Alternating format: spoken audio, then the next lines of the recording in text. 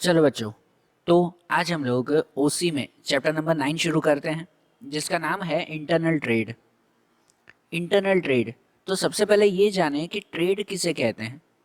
Definition wise जैसे लिखा हुआ है ना, तो ट्रेड मतलब कहलाता है, trade means an exchange of goods और service in return of goods service और मनी। कि कोई भी गुड्स और सर्विस के एक्सचेंज में गुड्स सर्विस या मनी देना, तो उसे ट्रेड कहते हैं। सिंपल मीनिंग में ट्रेड का मतलब होता है एक्सचेंज करना, एक हाथ लेना एक हाथ देना, तो उसे ट्रेड कहते हैं। पहले के टाइम में पता है बार्टर सिस्टम चलता था, गुड्स के बदले गुड्स। ठीक है, पहले जो है वो करेंसी नहीं थी, अच्छा हजारों साल पहले करेंसी नहीं चलती थी, पैसे नहीं थे, तो ट्रेड कैसे होता था, बार्टर सिस्टम के थ्रू। गुड्स के बदले गुड्स देना, कि भाई तुम मुझे अनाज दो तो उसके बदले में मैं तुम्हें दूसरे जो है वो गुड्स दूंगा, बराबर ना, उसके बदले में दूसरे भाई कपड़े दूंगा आपको। तो ये ट्रेड कहलाया। या सर्विस के बदले सर्विस पहले चलती थी, कि तुम मेरा ये काम करके दो तो उसके बदले में मैं तुम्हारा ये काम करके दूंगा, ये भी एक तरह का ट्रेड कहलाया, बराबर ना। और क्या कहते हैं कि अब ट्रेड होता है मनी के थ्रू। अब हम लोग कोई भी चीज़ खरीदते हैं तो उसके बदले में जो है वो हम लोग पैसे देते हैं, है कि नहीं। कि अब हम लोग शॉपकीपर से कोई भी चीज़ जब खरीदते हैं तो उसके बदले में दूसरी चीज़ें थोड़ी देते हैं, उसके बदले में पैसे देते हैं, बरोबर ना। सिंपल ट्रेड मतलब एक्सचेंज कहलाता है। और जब ट्रेड के साथ जो है वो प्रॉफिट जुड़ जाता हो ना, कि जब इस एक्सचेंज में प्रॉफिट जुड़ जाता है तो वो बिजनेस कहलाता है, बरोबर। आज के टाइम में हम लोग ट्रेड मतलब बिजनेस ही कहते हैं, क्योंकि कोई भी ट्रेडिंग होती है तो उसमें प्रॉफिट तो ऐड होता ही होता है। तो ट्रेड मतलब सिर्फ एक्सचेंज करना कहलाया। आप लोग स्कूल में पढ़ते हो, तो स्कूल में भी कितनी बार आप लोग फ्रेंड्स से साथ में नहीं घूमते या साथ में कुछ काम नहीं करते, कि तुम मेरा ये काम करके दो उसके बदले में मैं तुम्हें ये काम करके दूंगा, करते हो कि नहीं, बरोबर ना। तो वो भी एक तरह का ट्रेड ही कहलाया, लेकिन उसमें प्रॉफिट नहीं होता। जब ट्रेड के साथ प्रॉफिट जुड़ जाता है ना, तो फिर उसे बिजनेस कहते हैं। तो हम लोग इसमें तो ट्रेड के बारे में ही समझेंगे, और इसमें ट्रेड मतलब समझो बिजनेस ही है, बिजनेस के अलग अलग टाइप्स वो इसमें हम लोग समझेंगे। तो ट्रेड में हमारे चैप्टर का पूरा नाम है इंटरनल ट्रेड। तो इंटरनल ट्रेड किसे कहते हैं, कहते हैं कि भाई जो है वो जो ट्रेड विद इन कंट्रीज, देश के अंदर ही जो ट्रेडिंग होती हो तो उस ट्रेड को हम लोग इंटरनल ट्रेड कहते हैं, बराबर। जो ट्रेडिंग देश के अंदर ही होती हो, देश के बाहर नहीं, एक जियोग्राफिकल बाउंड्रीज के अंदर अगर कोई ट्रेडिंग होती हो तो उसे इंटरनल ट्रेड कहते हैं।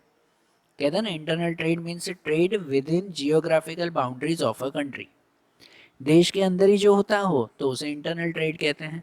और जो देश के बाहर चला जाए, देश के बाहर अगर कोई ट्रेडिंग होता हो, मतलब यहाँ का सामान जो है वो देश के बाहर बेचना, या वहाँ से कोई सामान देश के अंदर मंगवाना, तो उसे हम लोग कहते हैं इंटरनेशनल ट्रेड या तो फॉरेन ट्रेड। सही बात है कि नहीं। और ट्रेड करना ज़रूरी है ना। कंट्री में, कोई भी कंट्री में, हर जगह पर, इतने बड़े देश में हर जगह पर एक जैसे रिसोर्सेस, एक जैसी कंडीशंस नहीं होती। कि जैसे अगर कॉटन क्लोथ्स हैं तो क्या इंडिया में हर सिटी में कॉटन क्लोथ तैयार होते हैं तैयार, नहीं ना। वो पर्टिकुलर जगह पर ही तैयार होता है ना, कि जहाँ पर जो है वो ये कॉटन के खेत हो, बराबर, वहीं पर ही ज़्यादातर ये कॉटन क्लोथ्स तैयार होते हैं, कोई कोई सिटीज़ में ही। और उसे पूरे देश में पहुंचाने के लिए फिर ट्रेडिंग करनी ही पड़ती है ना, एक्सचेंज करना ही पड़ता है कि नहीं।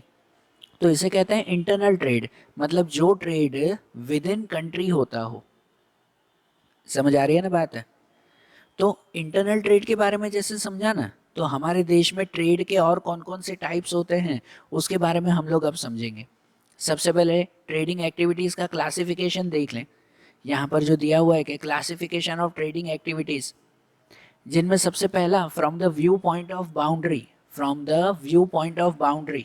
तो बाउंड्री के हिसाब से क्लासिफिकेशन आपने समझा, ये दो नाम आ ही गए, कि internal trade and foreign trade, बरोबर ना। इंटरनल ट्रेड मीन्स कि जो कंट्री के अंदर ही होता हो, देश के बाहर नहीं, देश के अंदर ही जो ट्रेडिंग होती हो तो वो इंटरनल ट्रेड। और फॉरेन ट्रेड किसे कहते हैं, कि जो ट्रेडिंग, जो बिजनेस देश के बाहर भी चलता हो तो वो फॉरेन ट्रेड कहलाया, बरोबर। उसके बाद दूसरा टाइप आता है from the view point of distribution, distribution के हिसाब से। तो डिस्ट्रीब्यूशन के हिसाब से एक होता है डायरेक्ट ट्रेड और दूसरा होता है इनडायरेक्ट ट्रेड, बरोबर ना। एक डायरेक्ट ट्रेड और दूसरा इनडायरेक्ट। तो डायरेक्ट ट्रेड किसे कहते हैं? डायरेक्ट ट्रेड मतलब ये कहलाता है कि जहाँ पर जो प्रोडक्ट तैयार होता हो ना, जहाँ पर जो प्रोडक्शन होता है उसी जगह पर ऑन द स्पॉट वो चीज़ बिक जाना, तो उसे कहते हैं डायरेक्ट ट्रेड। जैसे कोई होटल होती है, तो होटल में वही किचन पे जो है वो खाना तैयार करते हैं उसी होटल में, और वही होटल में वो खाना बेचते भी हैं। सही बात है ना? तो ये जैसे होटल का बिजनेस, वो कहलाया डायरेक्ट ट्रेड, कि उसमें ऐसा तो नहीं कि भाई उसमें जो खाना बनता है वो दूसरे शहर से बनाकर लेके आते हो, ऐसा तो नहीं है ना। तो इसे डायरेक्ट ट्रेड कहते हैं। जो टाइप ही है ना, from the view point of distribution, distribution कहाँ हो रहा है? तो जहाँ प्रोडक्शन हो ऑन द स्पॉट वहीं पर ही अगर डिस्ट्रीब्यूशन होता हो तो उसे डायरेक्ट ट्रेड कहते हैं। और दूसरा होता है इनडायरेक्ट ट्रेड। इनडायरेक्ट ट्रेड मतलब कहलाता है कि जहाँ पर प्रोडक्शन होता हो ना वहाँ पर उसकी सेलिंग नहीं होती, वहाँ पर वो बिकता नहीं है, उसे दूसरी जगह पर ले जाकर फिर बेचा जाता है, तो उसे इनडायरेक्ट ट्रेड कहते हैं।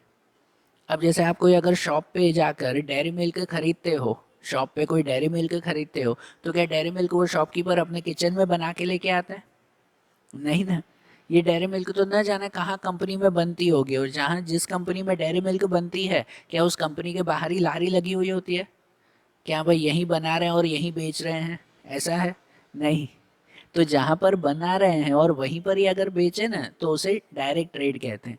और इनडायरेक्ट ट्रेड मतलब कहलाता है कि भाई जहाँ बनाया वहाँ नहीं बेच रहे, जहाँ प्रोडक्शन किया वहाँ नहीं बेच रहे, उसे दूर कहीं ले जाएंगे, दूसरी जगह पर जाकर बेचा जाएगा, अलग अलग जगहों पर। बराबर, उसे इनडायरेक्ट ट्रेड कहते हैं। और इनडायरेक्ट ट्रेड में भी दो टाइप आते हैं, होलसेल ट्रेड और रिटेल ट्रेड। बराबर, होलसेल एंड रिटेल ट्रेड, इनके बारे में समझेंगे डिटेल में आगे। आपको पता तो है ही होलसेल और रिटेल किसे कहते हैं, मुझे पता है, लेकिन आगे समझते हैं इनके बारे में डिटेल में। तो डायरेक्ट और इनडायरेक्ट ट्रेड ये पता चला ना। दूसरा टाइप आता है, वो आता है from the view point of payment. Payment के हिसाब से ट्रेड के कौन से टाइप? तो वो आता है credit trade and cash trade. Credit and cash. तो क्रेडिट मतलब कि जो ट्रेडिंग उधार पे चलती हो, कि हाँ भाई ठीक है अभी पैसे, अभी जो है वो सामान लेके जाओ, पैसे भले 1 महीने बाद देना, तो उसे क्रेडिट ट्रेड कहते हैं। बराबर। और कैश ट्रेड मतलब कि जो ट्रेडिंग कैश पे चलती हो, कि भाई सामान लेके जा रहे हो तो अभी के अभी पैसे देने पड़ेंगे, उसे कैश ट्रेड कहते हैं। सही बात ना? और उसके बाद आता है from the view point of delivery of goods, कि डिलीवरी ऑफ गुड्स कहाँ पे होते हैं, उसके हिसाब से, कि जैसे उसमें आता है spot trade and future and forward trade. एक स्पॉट ट्रेड मतलब जहाँ पे आप खरीदने जा रहे हो ऑन द स्पॉट वहीं पे ही आपको हर एक प्रोडक्ट मिल जाए, तो उसे स्पॉट ट्रेड कहते हैं। बरोबर, जहाँ खरीदने जा रहे हो वहीं पे उसी वक्त आपको उस गुड्स की डिलीवरी मिल जाए, तो उसे स्पॉट ट्रेड कहते हैं। जैसे आप छोटा मोटा कोई भी सामान खरीदने जाते हो, कोई कपड़े खरीदने जाते हो, अगर कपड़े खरीदने के लिए अगर कोई शोरूम में जा रहे हो, तो आप वहाँ पर ऑर्डर दोगे क्या भाई मुझे ये ड्रेस चाहिए, तो ऑन द स्पॉट वहीं पे ही मिल जाता है ना। कि उसकी डिलीवरी ऐसे थोड़ी कि हाँ भाई ड्रेस तैयार करके 1 हफ्ते बाद आपको घर पे भिजवाएंगे, ऐसा होता है?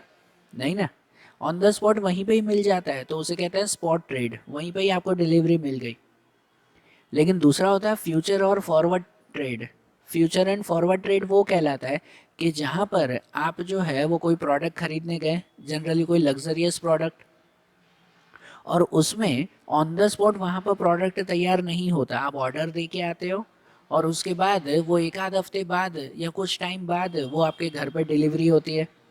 बराबर, जैसे आपको इलेक्ट्रॉनिक चीज़ें खरीदने जाते हो, होता है कि नहीं? जनरली कोई रेफ्रिजरेटर या कुछ खरीदने गए, तो आप वहाँ शोरूम में जाकर ऑर्डर दे के आते हो ना ऑर्डर, कि हाँ भाई ये रेफ्रिजरेटर मुझे चाहिए, तो वो कहता है ना कि चलो ठीक है, कि भाई जो है वो कल हम आपके घर पे भिजवा देंगे। सही बात। ये फ्यूचर या फॉरवर्ड ट्रेड के उसी वक्त बाइक में पीछे पकड़ के लेके आते हो रेफ्रिजरेटर, ऐसा होता है क्या? नहीं ना।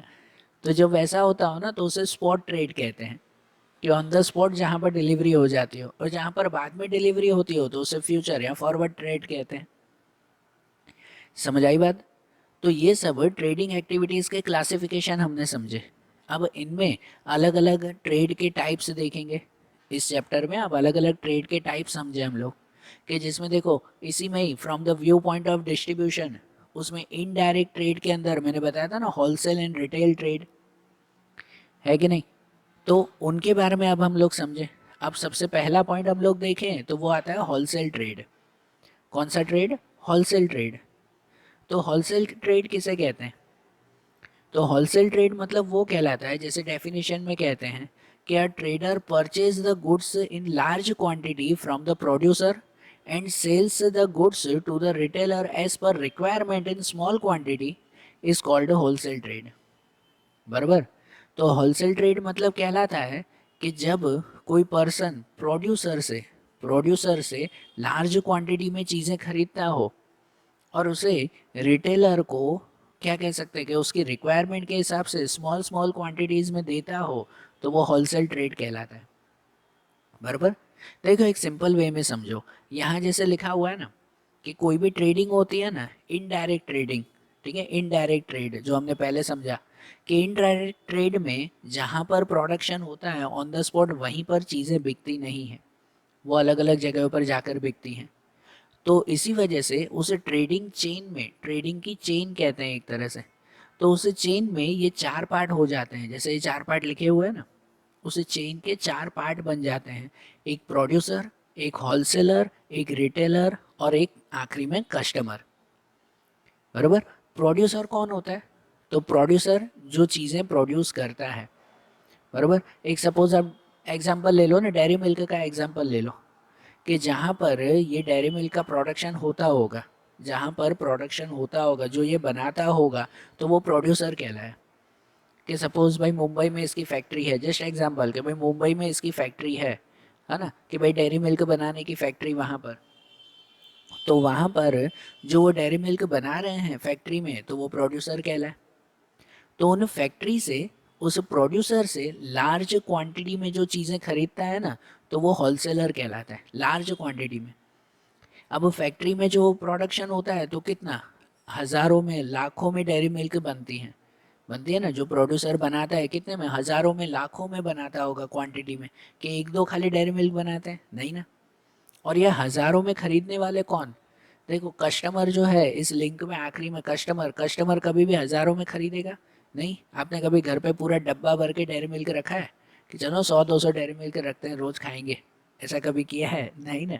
कस्टमर कभी भी ऐसा नहीं खरीद। रिटेलर, तो रिटेलर ऐसा करता है? बिल्कुल भी नहीं। रिटेलर मतलब आपके आसपास की कोई शॉप होगी, तो क्या वो इतनी ज़्यादा क्वांटिटी में खरीदेगा हज़ारों में? नहीं ना। ये काम कौन करता है? होलसेलर करता है। होलसेलर प्रोड्यूसर से हज़ारों में लाखों में उसके सब डेयरी मिल्क खरीद लेता है और फिर उसे जो है वो रिटेलर को, जिसको ज़रूर हो ना, जिस शॉपकीपर को ज़रूर हो, वहाँ पर आकर उसकी ज़रूरत के हिसाब से उसे देता है। बराबर। प्रोड्यूसर हज़ारों में लाखों में, वो समझो वो डेयरी मिल्क बनाता है, वही हज़ारों लाखों डेयरी मिल्क ये होलसेलर खरीदता है। ये होलसेलर फिर रिटेलर को उसकी ज़रूरत के हिसाब से, समझो 100 के हिसाब से देता होगा, कि रिटेलर जो है वो अपनी शॉप पे, जैसे आपके आसपास कोई भी शॉप होगी तो उस शॉप पे 100-200 तो डेयरी मिल्क पड़ी होगी ना। बराबर ना। एकदम कम नहीं, 2-3 थोड़ी डेयरी मिल्क लगता है शॉपकीपर। शॉपकीपर जो है वो 100-200 डेयरी मिल्क तो अपने पास रखते होंगे ना। बराबर ना। तो उनके पास ये 100-200 पड़ी होगी, ये 100-200 वो रिटेलर कहलाए। वो कहाँ से खरीदते हैं? होलसेलर से। होलसेलर से ये खरीदते हैं रिटेलर, और फिर उनसे उस 100-200 में से एक दो करके हम कस्टमर खरीदते हैं। सही बात है ना। तो हमेशा ट्रेडिंग में, इनडायरेक्ट ट्रेड में, ये पूरी चेन बनी हुई होती है। पहले प्रोड्यूसर प्रोडक्ट बनाता है, कोई भी प्रोडक्ट, खाली डेयरी मिल्क की, कोई भी प्रोडक्ट प्रोड्यूसर बनाता है। होलसेलर उससे एकदम बल्क की क्वांटिटी में खरीदता है, लार्ज क्वांटिटी में उससे खरीदता है। होलसेलर वही चीज़ें थोड़ी थोड़ी क्वांटिटी में रिटेलर को बेचता है। एक ही रिटेलर थोड़ी, बहुत सारे रिटेलर होते हैं ना, तो थोड़े थोड़े करके हर दुकान में जाके वो दे के आएगा, ये होलसेलर। बराबर। और वो जो रिटेलर होता है, वो रिटेलर वही चीज़ें हमें देता है एकदम स्मॉल क्वांटिटी में, एक दो करते हुए। सही बात है ना। तो इसलिए ये होलसेल ट्रेड वही कहलाया। सिंपल डेफिनेशन मतलब वो यही समझी ना, कि जो प्रोड्यूसर से लार्ज क्वांटिटी में चीज़ें खरीदता हो और रिटेलर को उसकी रिक्वायरमेंट के हिसाब से स्मॉल क्वांटिटी में चीज़ें देता हो, तो वो कौन कहलाया? होलसेलर कहलाया। बराबर है। तो अब इस होलसेलर की सर्विसेज क्या है वो समझे। हमारा आगे का पॉइंट आता है सर्विसेज ऑफ होलसेलर। होलसेलर की सर्विस जो है वो दोनों के लिए होती है, एक प्रोड्यूसर के लिए अलग, रिटेलर के लिए अलग। होलसेलर है ना, वो प्रोड्यूसर और रिटेलर दोनों के बीच की लिंक कहलाता है। होलसेलर क्या कहलाता है? प्रोड्यूसर एंड रिटेलर के बीच की लिंक, दोनों से जुड़ा हुआ होता है ना। होलसेलर प्रोड्यूसर से सब साथ में चीज़ें खरीदता है और रिटेलर को थोड़ी थोड़ी करके चीज़ें बेचता है, तो वो दोनों के बीच की एक तरह की लिंक कहलाया ना वो, बराबर ना। तो होलसेलर दोनों को क्या क्या सर्विस देता है, दोनों के लिए क्या क्या फ़ायदे करता है, उसके बारे में समझें। सबसे पहला हमारा पॉइंट आता है services of wholesaler. Services of wholesaler to producer, कि होलसेलर प्रोड्यूसर के लिए क्या सर्विस करता है, तो जिनमें सबसे पहले ऑर्डर इन लार्ज क्वांटिटी, बराबर। होलसेलर जो है वो प्रोड्यूसर को एकदम लार्ज क्वांटिटी में ऑर्डर देता है, कि जिससे वो वहाँ से लार्ज क्वांटिटी में खरीद कर सभी रिटेलर को दे सके। सही बात है ना। होलसेलर प्रोड्यूसर के लिए क्या काम करता है, तो उसे लार्ज क्वांटिटी में ऑर्डर देता है कि जिससे वहाँ से वो खरीद कर और रिटेलर को दे सके। दूसरा, इंफॉर्मेशन ऑफ मार्केट, ये होलसेलर प्रोड्यूसर को पूरे मार्केट की इंफॉर्मेशन देता है। होलसेलर है ना, वो रिटेलर से कनेक्टेड होता है, और रिटेलर किससे कनेक्टेड होता है? कस्टमर से। तो अगर कस्टमर को कोई भी प्रॉब्लम होती है ना, ये पूरी चेन तो चलती है ना, कि अगर कस्टमर को, आपको कोई भी प्रोडक्ट में प्रॉब्लम है तो आप अपने शॉपकीपर के पास जाकर उसे सजेशन दे सकते हो, दे सकते हो ना। कि सपोज़ आप कोई मैगी का प्रोडक्ट खरीद रहे हो और उसमें जो है वो आपको लग रहा है नहीं यार ये प्रोडक्ट ऐसा नहीं, थोड़ा ऐसा होना चाहिए, आपके मन में सजेशन आ रहा है, तो आप दे सकते हो ना। आप शॉपकीपर के पास जाके कह सकते हो कि यार ये प्रोडक्ट में ऐसी चीज़ें हो ना तो बहुत अच्छा है, बराबर। तो वो रिटेलर, आपने शॉपकीपर के पास जाके कहा तो वो रिटेलर हुआ, ठीक है ना। तो उसे रिटेलर के भी माइंड में रहेगा, शॉपकीपर के माइंड में रहेगा कि हाँ भाई सही बात है, कस्टमर ऐसी चीज़ें मांग रहे हैं, तो वो किसको जाके कहेगा? वो जाके होलसेलर को कहेगा, है ना। रिटेलर होलसेलर को जाके कहेगा कि हाँ भाई कस्टमर ऐसी चीज़ें मांग रहे हैं, और होलसेलर किसको जाके कहेगा? तो वो प्रोड्यूसर को जाके कहेगा कि हाँ कस्टमर को ऐसी चीज़ों की ज़रूर है। तो वो होलसेलर ये पूरे मार्केट की इंफॉर्मेशन वो प्रोड्यूसर को देगा, कि जिससे फिर प्रोड्यूसर आगे फ्यूचर में वैसी चीज़ें बनाएगा ना, कि हाँ भाई कस्टमर को ऐसी चीज़ों की ज़रूरत है तो ठीक है आगे से हम ऐसी चीज़ें बनाएंगे। प्रोड्यूसर फिर वैसे बनाएगा ना, कस्टमर के जो है वो टेस्ट के हिसाब से, उसके प्रेफरेंस, उसकी चॉइस, उसके फैशन के हिसाब से फिर वो चीज़ें बनाता है, ठीक है ना। तो इसीलिए कोई भी प्रोड्यूसर हो तो वो हमेशा यही कहेगा ना कि भाई मेरे कस्टमर खुश होने चाहिए, और एक कस्टमर की पूरी इन्फॉर्मेशन प्रोड्यूसर तक कौन पहुंचाता है? तो ये होलसेलर पहुंचाता है, बराबर। ये होलसेलर ही पूरे मार्केट की इंफॉर्मेशन प्रोड्यूसर तक पहुंचाता है। उसके बाद आता है freedom from the storage of goods.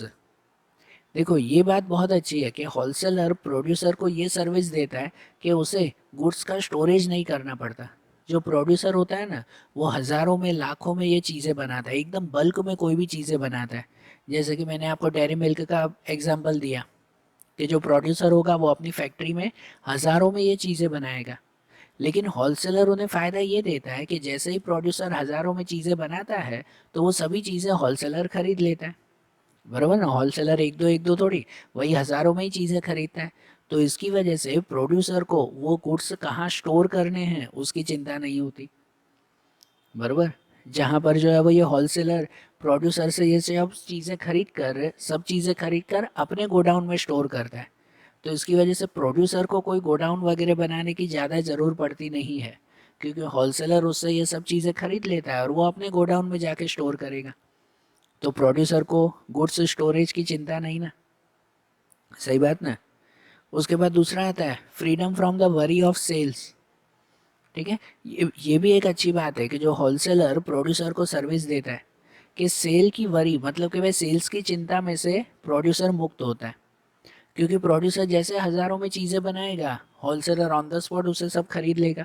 तो प्रोड्यूसर को चिंता नहीं ना कि यार मेरा सामान बिकेगा या नहीं बिकेगा, ये पूरी चिंता भी कौन उठा लेगा? होलसेलर उठा लेगा। होलसेलर प्रोड्यूसर से सब बल्क में चीज़ें खरीद लेता है, एक साथ सभी चीज़ें खरीद लेता है और फिर थोड़े थोड़े करके रिटेलर को बेचता है। तो प्रोड्यूसर को तो चिंता ही नहीं ना कि यार मेरा सामान बिकेगा या नहीं, वो तो ऑन द स्पॉट सबका सब होलसेलर लेके जाता है, ठीक है ना। ये फ़ायदा है ना, कि अगर प्रोड्यूसर डायरेक्ट रिटेलर को देता ना या डायरेक्ट कस्टमर को देता तो शायद चिंता होती, क्यों पता है? क्योंकि प्रोड्यूसर अगर डायरेक्ट कस्टमर को देता ना चीज़ें, तो क्या होता पता है कि उसे फिर चिंता रहती कि यार सामान बिके या ना बिके, तो कस्टमर सब साथ में थोड़ी एक एक दो दो खरीदेंगे।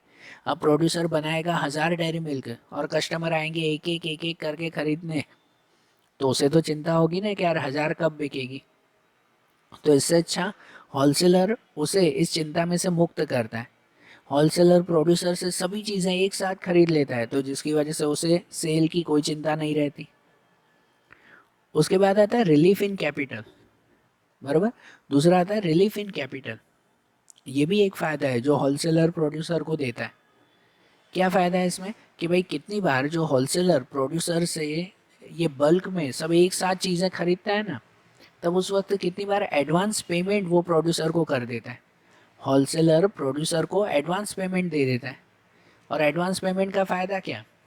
तो प्रोड्यूसर को कैपिटल की चिंता नहीं होती, बराबर ना, उसे पैसे मिलते ही रहते हैं, ना उसे सेल की चिंता ना कैपिटल की चिंता, बराबर ना। क्योंकि होलसेलर हज़ारों में चीज़ें खरीद के भी जाता है और ऑन द स्पॉट एडवांस में पेमेंट दे के भी जाता है। तो ये प्रोड्यूसर को फ़ायदा है ना, बराबर ना। दूसरा आता है फ्रीडम फ्रॉम द रिस्क। तो रिस्क कौन सा कि कितनी बार सामान वेस्ट हो जाए, सामान खराब हो जाए, टूट फूट जाए, तो ये सब रिस्क भी होलसेलर उठा लेता है। प्रोड्यूसर को इसकी कोई चिंता नहीं रहती। प्रोड्यूसर को इसकी कोई रिस्क नहीं रहता कि सामान टूट फूट जाएगा, खराब हो जाएगा, कि पड़े पड़े सड़ जाएगा। ये चिंता किसको? होलसेलर को। क्योंकि प्रोड्यूसर जो है वो एक साथ सब चीज़ें बना लेता है और होलसेलर उसे सब एक साथ खरीद लेता है। तो ये पूरी चिंता कौन ले लेता है? होलसेलर ही ले लेता है ना, बराबर ना। तो इसलिए होलसेलर जो है वो प्रोड्यूसर को ये सब बेनिफिट देता है। ये जो भी सर्विसेज देखी, ये होलसेलर की सर्विस है प्रोड्यूसर के लिए। तो सही बात है ना। प्रोड्यूसर ऑलमोस्ट होलसेलर के ऊपर ही डिपेंड होते हैं कि अगर होलसेलर ना होते ना, तो शायद प्रोड्यूसर का बिजनेस चल ही ना पाता, बराबर। क्योंकि प्रोड्यूसर बनाते हैं वो हज़ारों में और बीच में होलसेलर उनसे ये सब चीज़ें अगर ना खरीदे और ये रिटेलर या कस्टमर एक एक दो दो करके खरीदेंगे, तो ये प्रोड्यूसर जो बना रहे हैं चीज़ें उनकी न जाने कब जाकर बिकेगी ये सब चीज़ें। सही बात है ना। तो इसलिए होलसेलर वो प्रोड्यूसर के लिए बहुत बेनिफिशियल है। उसके बाद आता है services of wholesaler to retailer. ये होलसेलर अब रिटेलर को क्या क्या सर्विस देते हैं, ठीक है। पहले हमने प्रोड्यूसर के लिए सर्विसेज देखी, अब किसके लिए? रिटेलर के लिए, कि ये होलसेलर रिटेलर को क्या क्या सर्विस देते हैं। तो उनमें जैसे सर्विसेज में आता है ना, सबसे पहला आता है गुड्स एड्स पर रिक्वायरमेंट।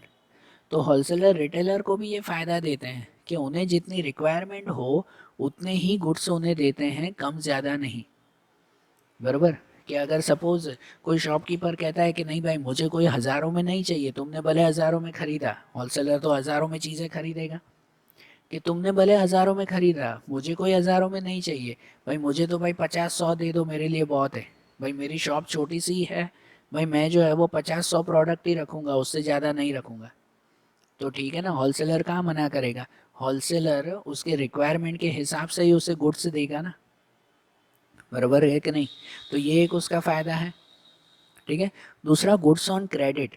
गुड्स ऑन क्रेडिट ये एक फ़ायदा बहुत अच्छा है रिटेलर के लिए। होलसेलर जो रिटेलर को फ़ायदा देता है ना, उसमें ये फ़ायदा सबसे अच्छा है कि होलसेलर वो रिटेलर को सामान क्रेडिट पे देता है, मतलब उधार पे देता है। कि अगर मेरी शॉप है ना, तो होलसेलर मुझे आकर मैं एक तो मेरी रिक्वायरमेंट के हिसाब से देगा, दूसरा उधार पे दे सकता है। कि भाई मैं होलसेलर को कहूँगा कि भाई मुझे फ़िलहाल जो है वो 50-100 प्रोडक्ट ही चाहिए, तो होलसेलर मुझे दे देगा। और साथ में उधार पे भी ये कहकर कि हाँ भाई जब बिकेंगे ना तब मैं पैसे दूंगा। मैं रिटेलर होलसेलर को ये कह सकता हूँ कि भाई मुझे उधार पे सामान दे दो, जब मेरा सामान बिकेगा, जब कस्टमर मुझसे सामान खरीदेंगे, तो भाई मैं तुम्हें पैसे दे दूंगा, बराबर। तो इसीलिए होलसेलर रिटेलर को क्रेडिट पे सामान देता है, उधार पे देता है, तो ये भी उसके लिए फ़ायदा है। दूसरा decrease in advertisement expense. Advertisement expense भी जो है वो कितनी बार कम हो जाता है रिटेलर का एडवर्टाइजमेंट एक्सपेंस। क्योंकि होलसेलर जो होता है ना, तो होलसेलर रिटेलर को जब सामान देता है ना, तो उसके साथ कितनी बार जो है, कितनी बार क्या कह सकते हैं कि एडवर्टाइजमेंट के भी बहुत सारे फ़ायदे देता है। आपने कितनी बार देखा होगा पता है, मोबाइल की शॉप पे देखा होगा आपने, कि जैसे कोई जो है वो मोबाइल की शॉप, उस पे बाहर नहीं सैमसंग का या किसी का बोर्ड लगा हुआ होता है, आपने देखा होगा ना ये। बराबर। ये बोर्ड है ना, कंपनी वाले होलसेलर जो होते हैं वो रिटेलर को खुद दे के आते हैं। अब सपोज कोई शॉप का नाम है, कोई शॉप का नाम है ABC शॉप या XYZ शॉप, जो भी शॉप का नाम हो उस पे, कि अगर सपोज मेरी मोबाइल की शॉप है तो मुझे मोबाइल के शॉप के बाहर का जो बोर्ड होता है वो मुझे खुद बनाना पड़ेगा ना, खर्चा मुझे करना पड़ेगा कि नहीं, है कि नहीं। लेकिन जब मैं होलसेलर से मोबाइल ख़रीदता हूँ ना, जैसे सैमसंग कंपनी वाले, भाई मुझे जो है वो ये बल्क में मोबाइल दे के जाएंगे, मैंने उससे जो है वो होलसेलर से मोबाइल ख़रीदे, तो उसके बदले में वो कंपनी अपने नाम का बोर्ड भी मेरे मेरे शॉप के बाहर लगा के जाएगी। मतलब जो वो एडवर्टाइजमेंट का खर्चा मुझे करना था ना, वो भी होलसेलर करेंगे। आपने देखा होगा कोई भी मोबाइल शॉप के बाहर बड़ा सा सैमसंग लिखा हुआ होता है और फिर उसके नीचे छोटी हैंड राइटिंग में लिखा हुआ होता है XYZ शॉप, कि हाँ भाई ये इसकी शॉप है।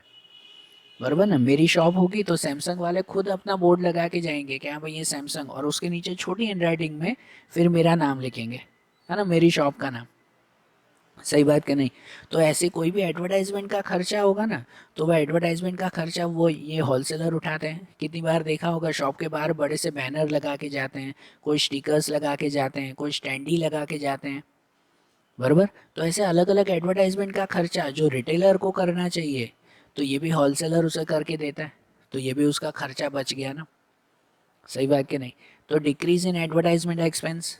दूसरा, redressal of complaints. Redressal of complaints, कि कोई भी कंप्लेंट का रिड्रेसल मतलब क्या कहते हैं कि भाई उसकी जो है वो एक तरह से कहते हैं सुनवाई करना है, या तो फिर क्या कहते हैं कि भाई उस कंप्लेंट को कंप्लीट करना। जैसे कि जैसे देखो, एज अ कस्टमर, कोई भी कस्टमर अगर कोई प्रोडक्ट खरीद रहा है तो वो कंप्लेंट करने किसके पास जाएगा, रिटेलर के पास।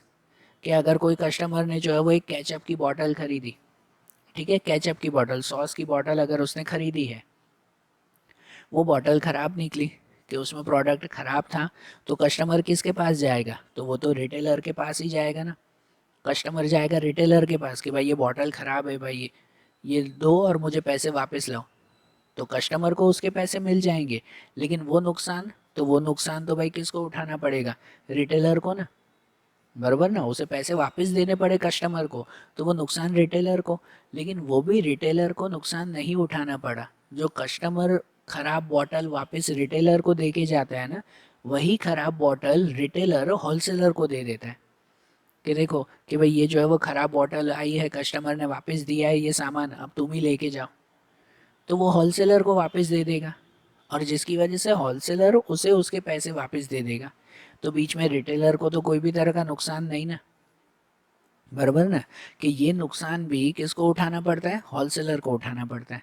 मीन्स रिड्रेसल ऑफ कंप्लेंट मतलब ये है कि अगर कस्टमर की कोई भी कंप्लेन हो ना, कि भाई ये सामान खराब है या कुछ भी है, तो वो कस्टमर रिटेलर को रिटर्न करता है वो सामान, और रिटेलर वही सामान है होलसेलर को रिटर्न करता है। और होलसेलर इसके लिए बहुत जो है वो हेल्पफुल रहता है।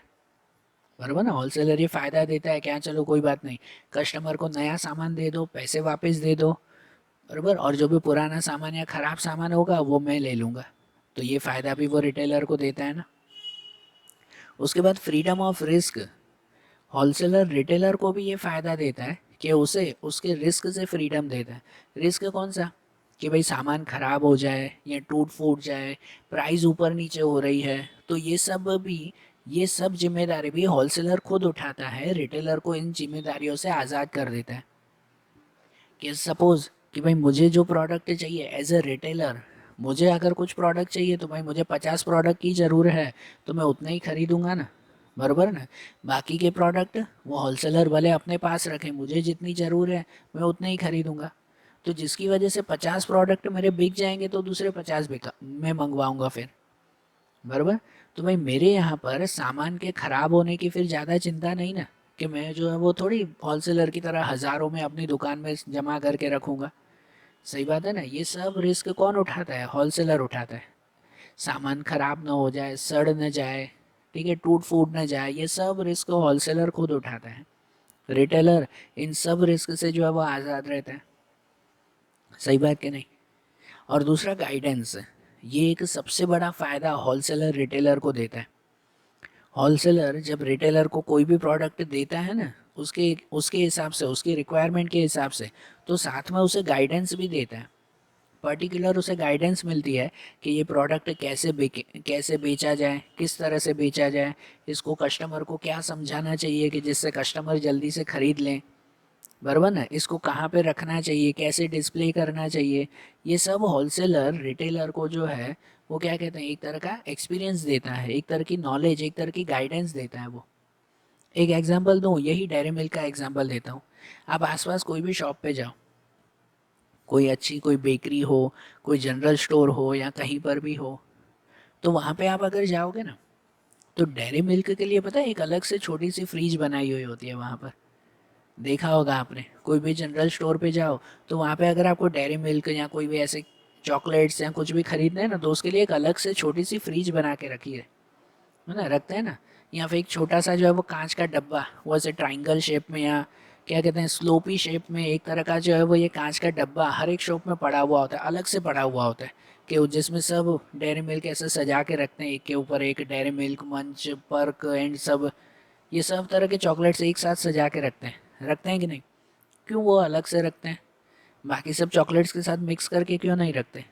क्यों उसे अलग से रखा जाता है? क्योंकि ये ना एक तरह का समझो सेल करने का तरीका है, एडवर्टाइजमेंट का तरीका है। और ये तरीका कौन बताता है पता है? होलसेलर रिटेलर को बताता है। जब वो होलसेलर वो इन लोगों को ये चॉकलेट्स देने आते हैं ना, तो उनके साथ उन्हें एक्सपीरियंस दे के जाते हैं, नॉलेज या कहो ये गाइडेंस दे के जाते हैं कि यार ये चॉकलेट्स है ना, बाकी चीज़ों के साथ मिक्स मत करो, लोगों को दिखेंगे नहीं तो वो खरीदेंगे नहीं। एक काम करो कि भाई अलग से जो है वो इन चॉकलेट्स के लिए एक डब्बा बना के रखो, एक छोटी सी फ्रिज बना के रखो, और फिर उसके अंदर जो है वो ये सब चॉकलेट्स रखो कि कोई भी कस्टमर आए ना तो दूर से दिखना चाहिए कि हाँ भाई यहाँ पर सब ये डेयरी मिल्क्स वगैरह पड़े हुए हैं, है कि नहीं? और वो जो डब्बा होता है, वो फ्रीज होता है, वो भी जनरली ये होलसेलर ही रिटेलर को दे के जाते हैं। ये खर्चा भी होलसेलर उठाते हैं उनके लिए, है कि नहीं? आपने देखा ही होगा ना, आसपास की शॉप में जाकर देख लेना कभी, कोई जनरल शॉप हो या कहीं पर, ऐसे चॉकलेट्स के लिए अलग से कांच का डब्बा रख देते हैं, जिसमें खासकर बाहर वो पता है डेयरी, उस कांच के डब्बे के आसपास वो डेयरी मिल्क के स्टिकर्स वगैरह भी लगे हुए होते हैं। तो ये कांच का डब्बा कौन, ये दुकान वाले खुद खरीदते हैं? बिल्कुल नहीं, उन्हें होलसेलर दे के जाते हैं। ठीक है ना, ये भी एक तरह की एडवर्टाइजमेंट, जो आगे हमने देखा ना, डिक्रीज इन एडवर्टाइजमेंट एक्सपेंस, तो ये फ़ायदा होता है उन्हें, बराबर।